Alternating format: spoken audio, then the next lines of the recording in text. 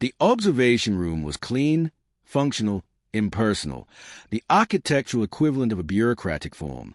One entire wall was transparent aluminum, floor to ceiling, offering an unobstructed view into a containment cell beyond.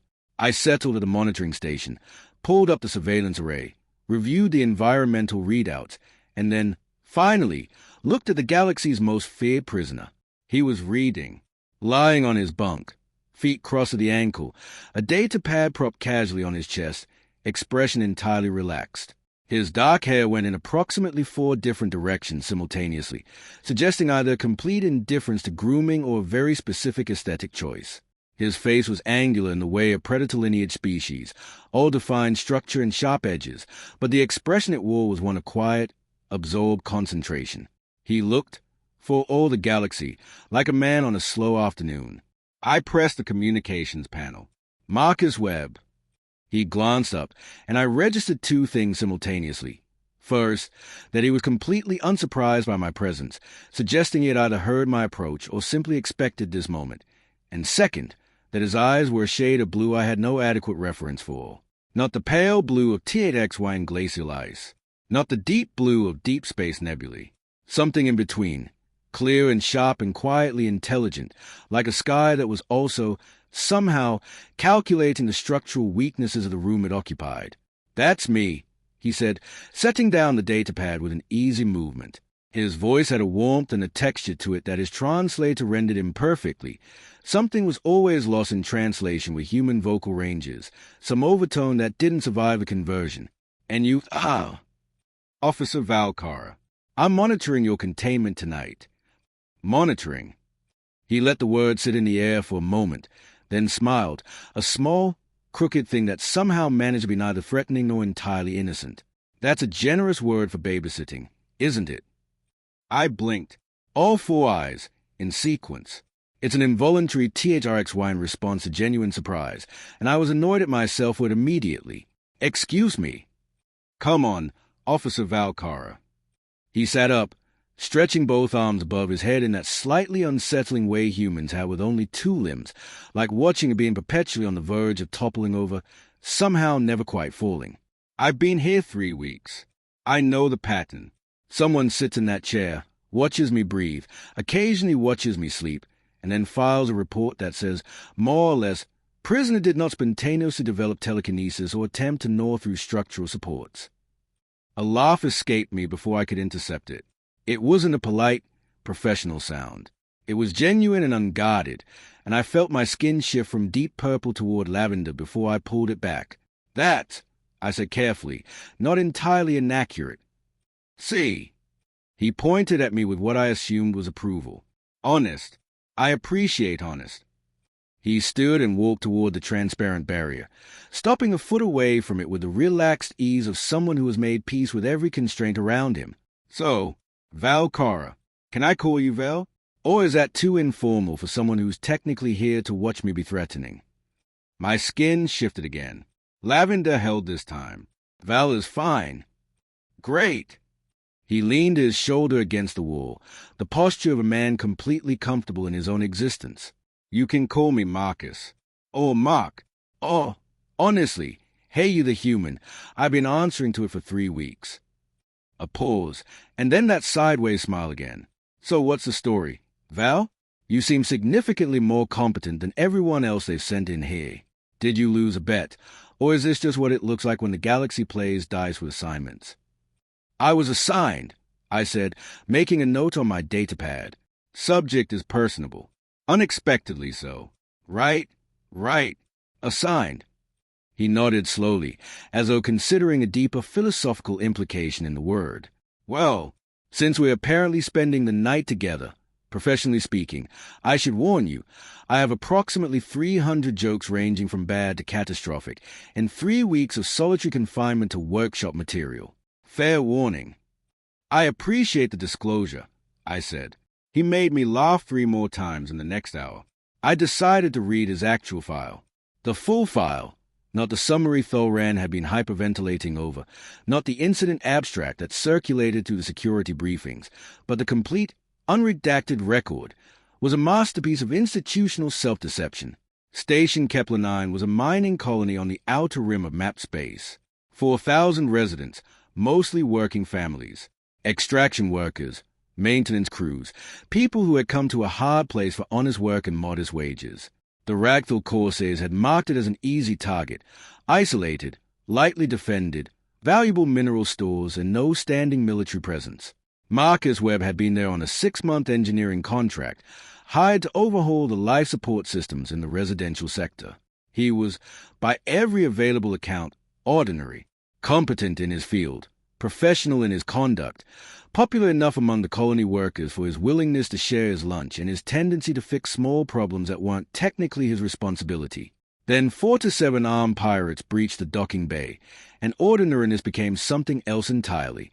Station Master Prelex's official testimony, filed with the Galactic Council Security Directorate, read, "The human emerged from the ventilation system like a demon birthed from the station's own infrastructure.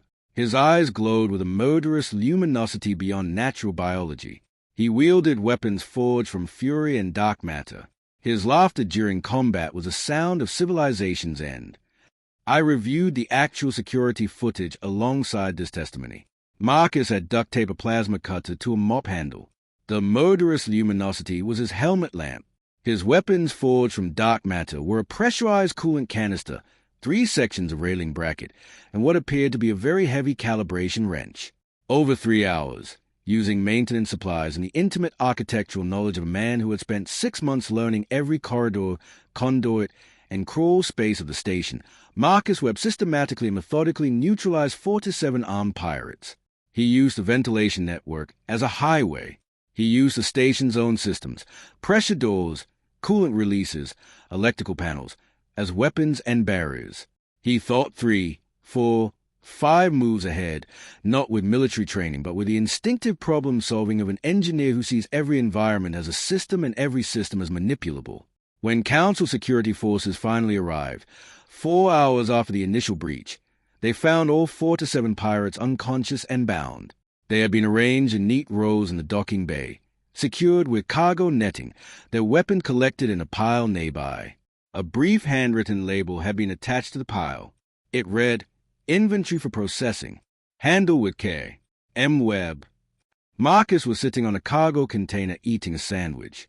He had 1 bruise on his left cheekbone.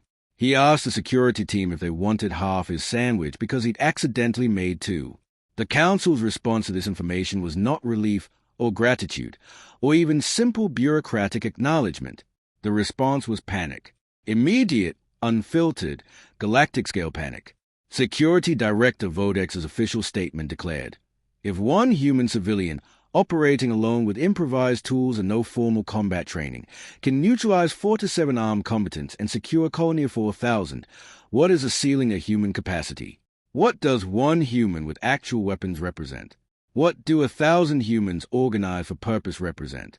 This threat must be contained before humanity fully comprehends the scope of its own potential." They weren't afraid of a monster.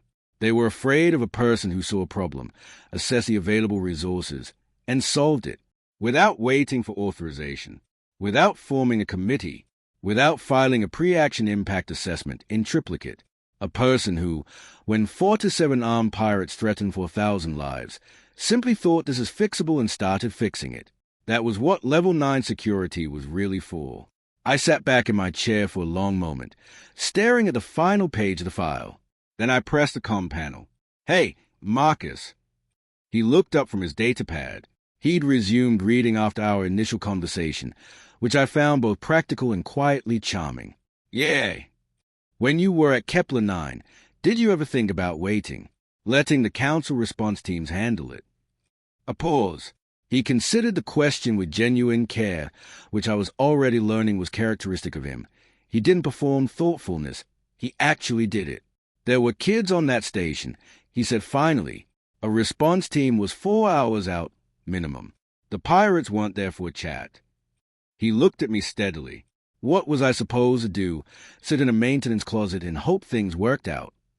According to several Council protocols, yes, I said. He was quiet for a moment. Then he smiled.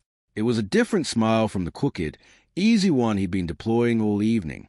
This one was smaller, sadder, More honest. Yeah, he said. I know. Night shifts became something I found myself looking forward to in ways I didn't immediately analyze. Marcus and I talked the way people talk when there's nothing else to do and no performance necessary. Sprawling, associative, real. He told me about Earth with the affectionate exasperation of someone who loved a thing and still saw its flaws clearly. He described its seasons, its food, its inexplicable sports, its history of catastrophic mistakes and persistent resilience. He described rain, actual water falling from actual sky, something my species had engineered out of existence on Thrxyn homeworld 300 years ago in favor of scheduled atmospheric moisture events. You have committees for weather, he said on night 7, genuinely appalled. We have committees for aesthetic harmony, architectural color palettes, public sound levels, and seasonal scent profiles, I told him. He stared at me. Marcus, it's practical, coordinated. Vel. He pressed his hand flat against the barrier. That's the saddest thing I have ever heard in my life, and I once watched a grown man cry for 15 uninterrupted minutes because he dropped his ice cream. I had to put down my datapad. My skin had shifted to a deep, helpless lavender. I learned about sarcasm, the human tendency to say the precise opposite of what they mean for comedic effect, a communicative strategy that requires enormous trust in the listener's ability to read context. I learned about idioms, expressions like raining cats and dogs or bite the bullet or break a leg that mean nothing literal but communicate everything. I learned about what Marcus called the dark sense of humor that shows up when things get bad, the laughter that people deploy not because something is funny but because the alternative is falling apart. That's how I got through Kepler 9. He told me on night 10, more quietly, not the weapons, not the tactics. The jokes kept my brain from freezing up. Is that normal for humans? Pretty much. Yeah. Gallows humor. It's practically a cultural institution. On night 12, I did something that could have ended my career in a single stroke. I brought him coffee. It wasn't even difficult to obtain. The contraband manifest of Level 9 was surprisingly thin when it came to standard human dietary preferences, because whoever had designed the containment protocol had been more concerned with preventing Marcus from fashioning improvised weapons and ensuring he had access to things he actually liked. 1 cup of genuine Earth-grade coffee, obtained through a contact in the station's civilian quarter, secured in a thermal container, slipped through a material transfer chamber. His reaction was immediate and unguarded. He pressed both hands flat against the barrier, and his expression broke open into something so nakedly pleased that I felt my skin go warm without intending to. Is that... His voice actually cracked slightly. No way. No way. That is not actually coffee. I was told it was good, I said carefully. You can confirm that. Val. He retrieved the container, cradled it in both hands, breathed in the steam with the reverence of someone reunited with something important. You could get in serious trouble for this. Then we won't discuss it in the incident report.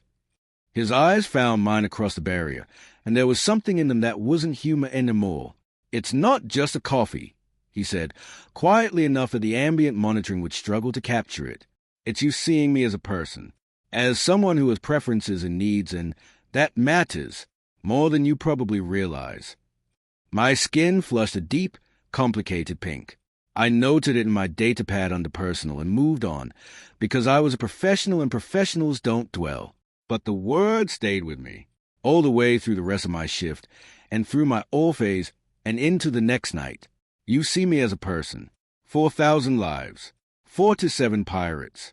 The mop-handle plasma cutter and the careful rows of bound prisoners in the half-offered sandwich. How had being seen as a person become contraband? On night 15, Thrxyn intercepted me before I reached the block. Officer Valkara. His antennae were doing something deeply uncomfortable, twitching in the rapid, irregular pattern that signals both official displeasure and personal anxiety. I have concerns about the nature of your conduct during the monitoring assignment. He has a name, sir. That, Thrxyn said, pointing one segmented limb at me, is exactly what I mean. You're exhibiting inappropriate familiarity with the prisoner. This raises questions about your objectivity. My objectivity is fine, I said. My objectivity has reviewed the full case file and concluded that we are holding a man who saved 4,000 lives in a Level 9 containment facility because the Council is embarrassed by its own irrelevance. Thrxyn's antennae went very still. "I want you to remember," he said carefully, "that you have 15 cycles of exemplary service. Think carefully about the decisions you make from here forward." He walked away. I thought carefully about nothing else for the rest of the day. Night 23 began differently. I noticed it when I settled at the monitoring station and looked through the transparent wall. Marcus was sitting on the edge of his bunk, elbows on his knees, staring at the floor. No datapad, no jokes queued up behind his eyes. Just stillness and something underneath it that I had never seen on his face before. "Marcus." He looked up slowly. "What's wrong?" He was quiet for a long moment. When he spoke, his voice had shed the easy warmth it usually carried. What was underneath was quieter, more uncertain, more honest. "Do you ever think they might be right about me?"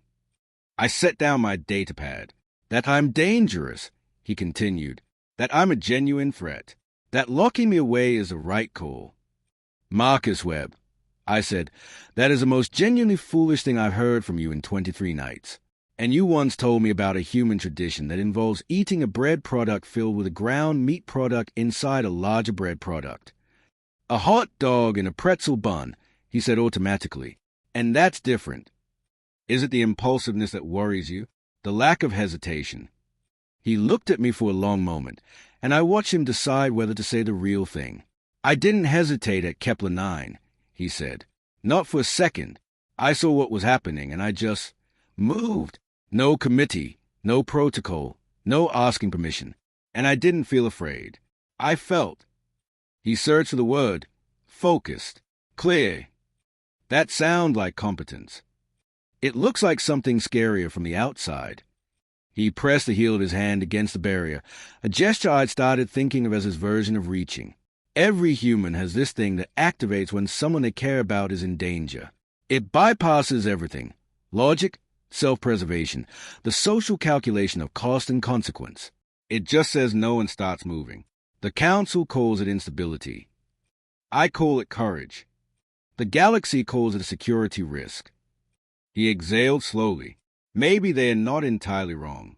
Maybe something that reliable and that total, something that shuts off everything else, deserves to be studied before it's trusted. "Oh," I said, "maybe a galaxy that has organized itself around the assumption that nobody will ever simply do the right thing without 27 layers of authorization is terrified of encountering something that will." He looked at me. I took a breath that surprised me with its depth and said things that surprised me further. "My world is clean and peaceful and organized. Every structure approved by aesthetic committees, every resource allocation reviewed by impact panels, every decision funneled through proper channels. And I grew up there thinking I was suffocating. I joined Council security to escape it, to do something that mattered. But even here, it's procedure and protocol and pre-authorization, and reports filed in quadruplicate." I paused, "And then I met you, and you're the first person I have ever encountered who simply does what needs doing." The observation room was very quiet. Marcus had both hands against the barrier now. I put one hand against it from my side. Then another, then the remaining two, all four pressed flat against the aluminum, meeting the shape of his two across the invisible boundary. "Hey, Vel," he said softly. "Don't," I said, because I knew what was coming and I needed to say my own part first. "I need to tell you something first. These past 23 nights, you've been the reason I come to work. Not the shift, not the rotation, not the job. You. And I have been telling myself a professional interest and intellectual engagement and cultural study, and all of it is true and none of it is the whole truth." He waited. "The whole truth," I said, "is that I care about you. The jokes, the terrible idioms, the way you look at a problem like it's a puzzle that's already half solved. The fact that you offered your sandwich to the people who arrested you." My skin cycled through 3 colors in rapid, helpless succession. "All of you, Marcus. I care about all of you." He pressed his forehead against the barrier, and I matched the gesture, cool aluminum between us, warm breath fogging the surface. "Vel," he said, "if we do this, there's no going back. They'll come for you too. Everything you've built is very organized," I said, "and I'm tired of organized." My skin turned gold. In THXYN physiology, Gold is the rarest color. It's not produced by moderate happiness or simple pleasure. It requires a particular convergence of states, joy and rightness, and a terrifying recognition that something is exactly as it should be, and you are willing to burn everything else to keep it. I had never turned gold before in my life. I turned gold looking at a human in a prison cell across a wall of transparent aluminum, and the only emotion attached to it was, of course. I suppose, I said, carefully and clearly, that this particular prison deserves a fair trial, and it's possible his security officer has been quietly compiling evidence toward that end. Something shifted in Marcus's expression. The quiet uncertainty burned away, replaced by something focused and warm and entirely unafraid. "Tell me what you need," he said. "Right now." I said, "I need you to trust me." "Already done," he said. 3 weeks ago. The trial of Marcus Webb was convened in the Grand Chamber of the Galactic Council, a room designed to make every individual within it feel appropriately small in the face of institutional authority. The architecture was deliberate. Soaring ceilings, elevated arbiter's platform, the kind of lighting that bathes accusers in dignity and defendants in suspicion. High Arbiter Kovac presided. Kovac was a Zelthian, a species that resembles, with no disrespect to Zelthian culture, a particularly bureaucratic jellyfish that had achieved legal consciousness. They communicate primarily through oscillation, and Kovac's wobble had the particular cadence of someone who had already decided the outcome and found the proceedings a mildly irritating formality. Marcus sat in the defendant's enclosure looking impossibly calm. He caught my eye when I entered the chamber, and a small smile crossed his face. My skin flickered lavender before I could suppress it. The testimony began. Station Master Prelix took the floor with the energy of someone who had been rehearsing this story for months and found it improved with each telling. The Marcus of Prelix's testimony had apparently grown to 3 times his natural height during the altercation. He had moved with impossible speed, teleportation. Prelix insisted there was no other explanation for his appearing in multiple locations within the station. His eyes had glowed. His voice had resonated at frequencies that induced temporary madness in those who heard it. I used the maintenance tunnels Marcus called from the defendant's enclosure. The schematics are in the station's public record. Anyone could have done it. Silence. Human. Kovac wobbled. Witness after witness followed. Each account was more elaborate than the last. Marcus had apparently spoken in ancient tongues. He had laughed during the combat, and every witness adopted the same hushed, horrified tone, as though laughter were the most damning evidence imaginable. One of them slipped on a wet floor, Marcus said, and his voice was completely level. It was objectively funny. I maintained that position. This, council member Beak announced, rising to his full height, demonstrates a fundamental instability of the human psychological profile. A rational being does not experience amusement during. A rational being, Marcus said, doesn't construct a 7th-cycle political theater production to justify imprisoning someone for saving 4,000 lives. The chamber went very quiet. "Let's be honest about what this trial is," Marcus continued, and his voice had changed. It had shed all the easy warmth, all the humor, and what remained underneath was clear and precise and unhurried. "You're not afraid I'll hurt anyone. You're afraid I'll demonstrate, repeatedly and visibly, that your systems are optional, that the protocols and approvals and committee sign-offs that give you power over every decision in council space can be bypassed by anyone willing to simply act. That's what Kepler 9 proved, and that's what you cannot allow to become normalized." Beak's skin mottled. "Humans are unpredictable. If we extend full council membership, you'll lose control of the narrative," Marcus said quietly. "That's the whole thing, isn't it? That's what this is about." And I stood up. I still don't have a fully rational account of the decision. 15 cycles. An exemplary record. A career I had built with careful, systematic effort across the span of what was, for my species, a substantial portion of working life. I put it all on the table, and the calculation took approximately 3 seconds. "High Arbiter." My voice carried in the chamber's acoustics better than I expected. Every head turned toward me. Compound eyes, single eyes, sensory organs in configurations that didn't map to Earth biology at all, and I stood in the middle of all that attention and said thing. "This trial is not a legal proceeding. It is political theater, and it has been from the first day of detention.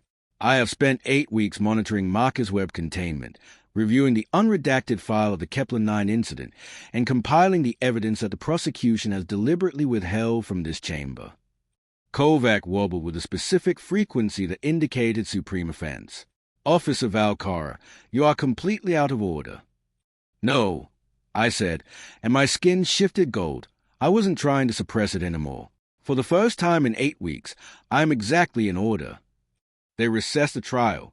The decision made itself in the hours that followed. I have thought about it many times since, and I still cannot identify a moment where there was genuine deliberation, only recognition. The recognition that there are choices that look like choices but are actually just truth revealing itself, and all you're really deciding is whether to acknowledge it or pretend otherwise. I went to Marcus during the evening shift change. The guards were rotating. There was a window of approximately 90 seconds where the observation room would be empty. I used it. Vel! His voice was careful, reading my expression through a barrier with an accuracy that still surprised me. That was brave. That was also potentially catastrophic. I've been cataloging the security vulnerabilities in this block for 3 weeks, I said. There's a maintenance window at 0400 hours. Energy grid rotation. All non-essential systems, including the containment field, go dark for approximately 4 minutes during the transition. He was very still. There's a void runner in Shuttle Bay 7, I continued. Fast, good shielding, capable of making the transit to independent colony space before a pursuit formation can intercept it effectively. And there's a human settlement on the edge of Council space, New Providence. Technically neutral, outside Council jurisdiction. Vel, he said quietly, you would lose everything. I would lose an organized life that was making me disappear slowly, I said. That's not the same thing. All 4 of my hands pressed flat against the barrier. I know who you are, Marcus Webb. Not the file, not the security footage, not the 4-7 pirates and the mop handle. You, who you are when no one is watching, which is apparently exactly the same. I know that, and I am choosing it. I am choosing you. He pressed his forehead against the aluminum. If we do this, he said, we do it together, all the way. All the way. I agreed. Then be ready at 0400. At exactly 0400 hours, the lights died. The containment field hummed down to silence. The barrier that had been between us for 8 weeks faded like a hell breath finally released, and Marcus stepped through into the observation room. And for the first time since I had known him, there was nothing between us. Hi, he said. Just that. Hi, I said back. Romantic reunion later. Running now. I agreed. We ran. The first blast door was closing when we reached it. Marcus went low, rolled under the descending edge with an economy of movement that looked practiced but couldn't have been, and jammed a maintenance rod into the closing mechanism from the other side. Where did you get that? I demanded. Grab it off the wall 60 meters back. Always take tools when opportunity presents itself. That's basic human survival logic. You've been carrying a tool since we left the cell. I've been carrying a tool since approximately day 3 of my containment, he said. I was wondering when it would be useful. I chose to file that piece of information under not my current problem and kept running. We came around a corner into a 4-person Thrxyn patrol. Armed, they spread into a blocking formation with the efficiency of trained officers. Step away from the human, their leader commanded. I positioned myself between Marcus and the weapons. It was not a calculated tactical decision. It was a switch Marcus had described, the thing that activates and bypasses everything else, the thing that simply says no and holds a line. Stand down, Officer Valkara, the patrol leader said. Last warning. Behind me, Marcus said nothing. The patrol leader's antenna twitched. Then another officer's. A whisper moved through the formation. He's going to move. Don't let him move. He's completely unarmed, I said. The reports say. I grabbed the fire suppression unit from the corridor wall. They are mounted every 30 meters for safety regulations, and discharged it directly into the patrol faces. Thrxyans have a profound and well-documented aversion to dense foam. It's not harmful, but it triggers every instinct they have simultaneously and produces spectacular results. They scattered. Nice, Marcus said as we ran past. The station-wide alert crackled through the corridors. Attention all personnel. Human prisoner has escaped. Extreme force authorized. Extreme force. Marcus shouted at the ceiling as we ran. What am I armed with? At the moment, a maintenance rod and my professional judgment. I called back. That tracks, he said. Shuttle Bay 7 was 3 levels down and currently occupied by approximately 20 security officers who had gotten there ahead of us. Marcus assessed the bay in half a second, pointed at a Vessel 2 burst over from the one I'd intended. Void runner. Faster, better shielding, and the security lockout on that model has a known exploit in the 3rd generation firmware. He was already moving toward the access panel. 30 seconds. 20, I said, watching the security team mobilize. Working on it. His fingers moved across the panel with a focused precision I had watched him apply to every problem I'd ever seen him face. Full attention, full commitment, no wasted motion. The panel beat. The hatch cycled open. We threw ourselves inside. Do you know how to fly this? I asked, sealing the hatch behind us as pulse fire lit up the bay. Not even slightly, he said cheerfully, dropping into the pilot's seat and pulling up the navigation array. But I understand propulsion systems at a fundamental level, and flying is essentially applied physics with better aesthetics. That is not reassuring. Hold on. The shuttle lurched. Then it found its geometry, and Marcus's hands moved across the controls with the same quality I had been watching for 8 weeks, adaptive, instinctive, treating the machine as a system to be understood rather than a procedure to be followed. We shot through the bay doors and into open space, pulse fire tracking us and falling short as Marcus threw the ship into a barrel roll that was almost certainly not in any flight manual but worked. The stars stretched into lines. We were gone. 2 hours out, Marcus looked up from the navigation console. His expression was a careful, analytical one that I had learned meant he was doing the math on something and not enjoying the results. 3 Council pursuit vessels just entered scanner range, he said. They'll have us in weapons lock in about 20 minutes. I looked at the tactical display, then at him, then back at the display. What if we didn't run? He paused. What if, I said slowly, the shape of it forming as I spoke, instead of running from this, we ran at it, broadcast everything, the full evidence file, the testimony records, the encrypted council memos discussing human integration as a political threat rather than a security concern. Wide spectrum. Every council channel simultaneously. Marcus was already pulling up the communications array. That's either the most brilliant tactical decision I've ever heard or the worst idea in the history of sapient life. Probably both, I said. Probably both. He agreed. Accessing the evidence files now. Got everything. He looked at me. You want to do this? I want to do this, I said. I opened a wide-spectrum broadcast on every available council frequency, and I said, Attention, Galactic Council. This is Officer Valkara of Station Command Security. I am transmitting evidence of the trial and detention of Marcus Webb constitutes politically motivated misconduct, organized to suppress human integration into council affairs for reasons of institutional self-interest. This is not a security matter. This is a power matter, and the galaxy deserves to know the difference. On the tactical display, the pursuit vessels hesitated. Marcus fed the evidence into the broadcast, not all at once, but carefully, sequentially, the way a good engineer releases pressure from a system rather than rupturing it. First, the actual Kepler 9 footage. Marcus Webb, one person with improvised tools, protecting 4,000 lives. Not monstrous, not supernatural, human. Then the station master's testimony, cross-reference with the footage, the exaggerations made visible by simple comparison.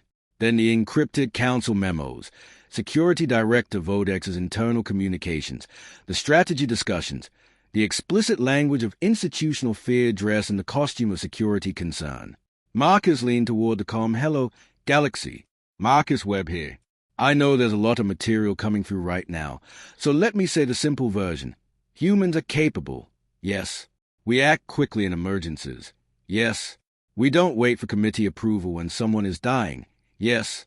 None of that is a threat. That's just how we're built. The Council isn't afraid we'll hurt you. They're afraid we'll ask why everything requires 17 layers of authorization, and they don't have a good answer. Static crackled. Then a new voice entered the channel.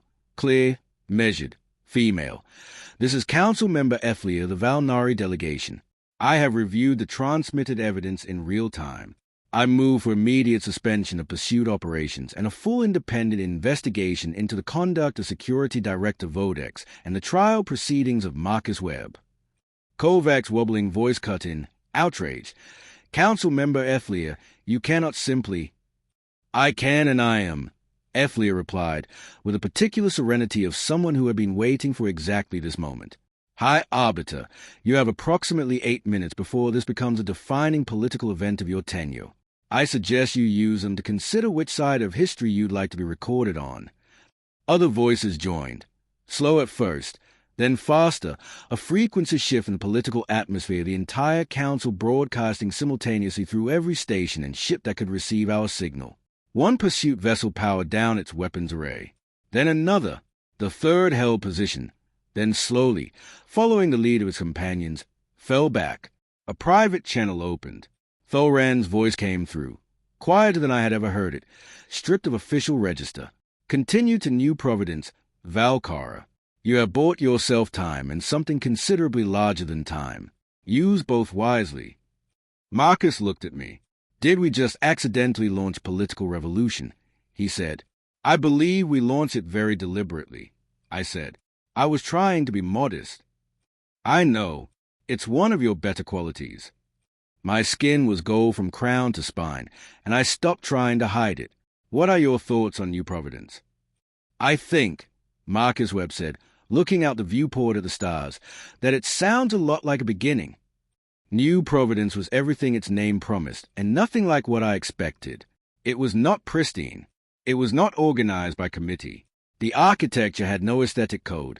Buildings sat next to each other in whatever relationship that builders had found practical, in materials that varied from standard alloy to what appeared to be repurposed shipping containers to, in at least 2 cases, what the local residents cheerfully called creative interpretation of structural principles. The streets were not straight. The public spaces were not symmetrical. Nothing matched. Everything worked. I loved it immediately and completely.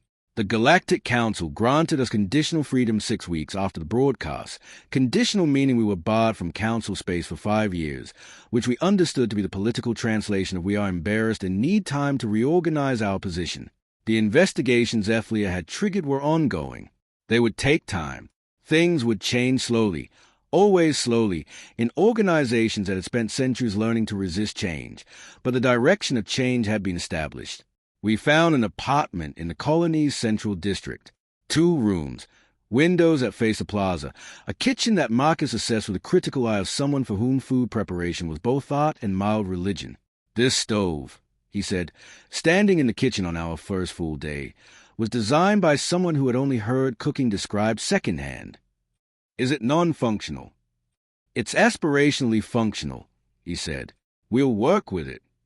We worked with it. We worked with everything. The apartment, the new addresses, the unfamiliar rhythms of a community that operated without council oversight and had developed its own chaotic, functional order. I enrolled in a basic certification program to formalize my security skills for colonial law enforcement. Marcus was recruited by the colony's infrastructure office within 2 weeks, because 4,000 people who need their life support systems maintained do not particularly care whether the engineer is a galactic security designation. Our evenings were the best part. Serious question. Marcus said one evening, approximately 2 months in, watching me attempt to follow his instructions for a human dish called pasta. I had 4 arms and was using all of them, which he seemed to find alternately impressive and alarming. How many hands does it actually take to burn pasta? Pasta is a fundamentally adversarial food, I said, waving a cloud of steam away with my upper arms while attempting to manage the heat controls with my lower. It exists to resist. It genuinely doesn't, he said, gently moving me aside with the particular care he always used when redirecting me from a catastrophe I was committed to. It's one of the most forgiving foods humans ever invented. Hey! He took over the primary implements, adjusting the heat, stirring with the unhurried confidence of someone who had performed this act 1,000 times. You're thinking about it like a system to be controlled. It's more like a conversation. A conversation with water and wheat. All cooking is a conversation with your ingredients. He glanced at me sideways. That's not as pretentious as it sounds. It's very slightly as pretentious as it sounds, I said. I say that with complete affection. He laughed. The real one, not the performed one he used to manage difficult situations, but the one that happened when something struck him as genuinely, unexpectedly funny. It was one of my favorite sounds in the universe. I had a growing collection of them. "Hey, Vel," he said softly, not looking up from the stove. "Yes. Remember when you said—" "Yes," I said again. He set down the stirring implement and turned to face me. The apartment was warm. The city outside was making the comfortable ambient sounds of a place that was alive. The stars through the window were the same stars that had watched us escape a Level 9 containment facility in a stolen shuttle using applied physics and creative improvisation. "We're safe," he said. Relatively. Relatively. I agreed. That's probably as good as it gets for people like us. People who start revolutions accidentally and burn past on purpose. He was smiling now, the small, real one. I think it's a fair trade. I crossed the kitchen floor. 4 arms, purple gold skin, 15 cycles of careful professionalism, and one magnificent decision to throw all of it into the stars. You know what's genuinely funny? I said, standing close enough to feel his warmth, my skin cycling through gold and pink and back to gold again. Tell me. The Council spent so much time being afraid of you. The most dangerous human in the galaxy. Level 9 security. 30 armed guards. I paused, and the genuinely most dangerous thing that ever happened to me was falling in love with you. He looked at me for a moment that contained everything. 8 weeks of conversation through transparent aluminum. The escape, the broadcast, the revolution which started by telling the truth. "How's that working out for you?" he asked softly. "It is," I said, "the best thing that has ever happened to me." And then I kissed him, with all 4 arms and a gold-lit heart and no protocol and no committee and no pre-authorization required. The pasta burned completely. Neither of us noticed for quite some time. 3 months later, a formal human diplomatic delegation arrived at New Providence requesting Marcus Webb's counsel on the subject of human-council relations. He declined politely, explaining that he had more pressing commitments, specifically teaching his THXYN partner the correct method of making pancakes without triggering the fire suppression system, which he insisted required full attention and considerable patience. The delegation left, understanding more than they might have expected. The Galactic Council's reckoning move at the pace such things always move, slowly, with resistance, in increments that seemed insufficient until, from a sufficient distance of time, they formed a pattern. Director Vodex resigned under pressure of investigation. The security classifications for human subjects were reviewed and revised. Council member Ethlia's motion for a formal reassessment of human integration status passed by a margin that surprised even its strongest advocates. Humans did not stop being unpredictable, or fast-moving, or maddeningly capable of bypassing 17 approval committees in favor of simply doing the necessary thing. The galaxy did not stop being occasionally terrified of that quality. But something shifted in the nature of the terror, from a fear that demanded containment to a fear that slowly, reluctantly, began to look like respect. Marcus and I stayed in New Providence for the full 5 years of our conditional restriction. By the time we were technically permitted to return to council space, we had mostly stopped considering it. New Providence was home. It was impractical and asymmetrical and full of buildings that made structural decisions on an optimistic basis, and it had no aesthetic committees whatsoever, and I loved every square meter of it. I think, sometimes, about Thrxyn, his twitching antennae, his genuine if misguided concern, the 15 cycles of good service and proper protocol that shaped both of us. I think he was afraid of the right things and wrong about what to do with the fair. That's probably the most common mistake made by the most well-meaning people in the galaxy. Being afraid of capability, of unpredictability, of the thing that moves without asking permission, and calling containment safety, and calling fear wisdom, and never quite asking the question underneath it all, what are we protecting, and is it worth what we're willing to do to protect it? Marcus asked that question. He asked it by doing what needed doing, in a corridor full of armed pirates, on a station full of families, with a mop handle and a plasma cutter and absolutely no hesitation whatsoever. I asked it the night I brought him coffee. Small questions, large consequences. They called him a monster, and I called him mine, and the galaxy, slowly, imperfectly, in the way all real things change, began to understand the difference. That difference, it turns out, was everything. From the personal memoirs of Officer Valkara, formerly of Galactic Council Station Security, currently of New Providence Colonial Law Enforcement, and various other titles that matter considerably less than the ones that don't fit on an official form. Story by Hybrid Shadows. Let me tell you something about 15 cycles in Galactic Council Security. It changes you, not in the dramatic, soul-scarred way the recruitment holo suggests, but in quieter, stranger ways. You stop flinching at things that would send civilians into therapy.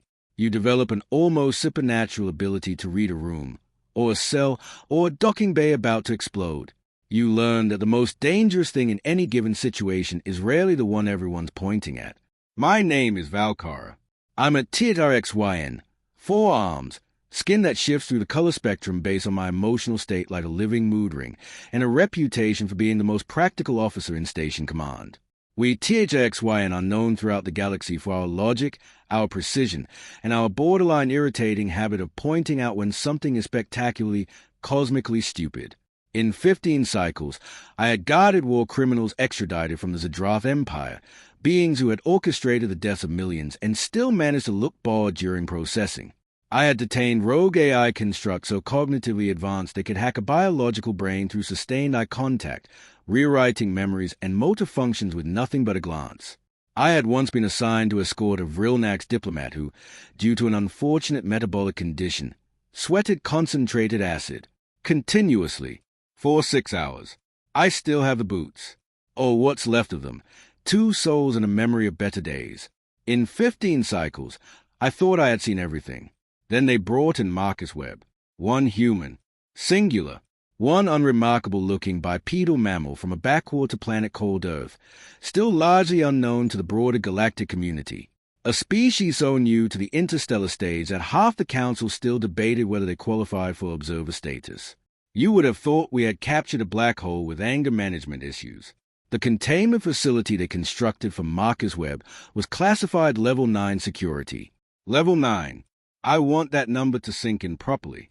For context, we store antimatter warheads capable of cracking a moon's crust at Level 6. The biological weapons confiscated from the plague architects of Vaynor, Level 7. A single human engineer from Earth, Level 9. The walls were reinforced titanium, 3 feet thick. The energy shielding array could theoretically stop a broadside from a mid-class battleship. 30 guards rotated through in 8-hour shifts, each armed with pulse rifles, neural disruptors, and what I was fairly certain were adult undergarments cleverly disguised as tactical gear. I found out I was assigned to the night shift monitoring detail on a Tuesday, or what passes for a Tuesday in a station that orbits a binary star and technically exists outside any single planetary time zone. My commanding officer, Thrxyn, delivered the news in person, which should have been my first warning that something was wrong. Thrxyn is a Thrxyn. Physically, he resembles the evolutionary consequence of a praying mantis having a prolonged nervous breakdown. 6 legs, compound eyes that somehow always look mildly panicked, and antennae that function as a remarkably expressive emotional barometer. He found me in the equipment bay running diagnostics, and he approached with the careful energy of someone carrying a very fragile thing. Officer Valkara, he said through his translator, the device clipped neatly below his mandibles. You will take the night shift monitoring the human. I looked up from my datapad. The human has a name, Sir Marcus Webb, engineer, 32 standard years. His crime was, I scrolled through the incident report, then paused, read it again, saving approximately 4,000 lives during the Kepler-9 incident. Thrxyn's antennae snapped upright. That particular position, for a Thrxyn, signals something between profound dread and existential crisis. He engaged 4 to 7 armed pirates, Thrxyn whispered, as though saying it too loudly might summon something terrible, with his bare hands. And improvised tools, according to the report, I noted, he built weapons from station debris.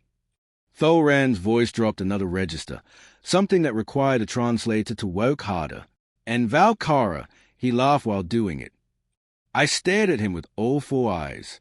So he was resourceful, adaptable, and maintained psychological composure under extreme stress. I'm filing that under admirable qualities, sir. Thrxyn looked at me the way one looks at someone who has just casually suggested dismantling the station and repurposing it as millinery. Just do your job, he managed, and then retreated on all 6 legs at a pace that technically qualified as fleeing. I looked down at my assignment orders. Babysitting duty for the galaxy's most comprehensively overhyped prisoner. Fantastic, I thought. Absolutely fantastic. The corridor to Containment Block 9 had been rigged for maximum psychological effect, which is to say, it was cold enough to make your secondary hearts clench, and someone had switched all the lighting to emergency red. Every shadow was a theater set. Every surface was designed to whisper danger to the hindbrain of any species that had ever evolved a hindbrain. 2 Velpan guards stood at the main entrance. Velpans are built like boulders that developed anxiety disorders. Massive, dense, and always radiating low-grade nervous energy. They were wearing armor that could have doubled as light planetary fortifications. "You sure you want to go in there alone, officer?" the larger one asked, all 3 eyes wide with concern that seemed absolutely genuine. "It's my shift," I said, "unless you'd like to explain to Thrxyn why I didn't complete my assigned duties." All 3 eyes somehow went wider. "No, just don't make direct eye contact. Don't show fear. Don't feed him after midnight." I suggested. A long pause. We were going to say don't engage in extended conversation. The second guard said carefully. "Noted." I said, "I've handled worse." I hadn't, technically, but there's a particular kind of professional confidence that's less about actual experience and more about refusing to let doubt rent space in your skull. I'd cultivated that confidence over 15 cycles. It was one of my better qualities. The door hissed open.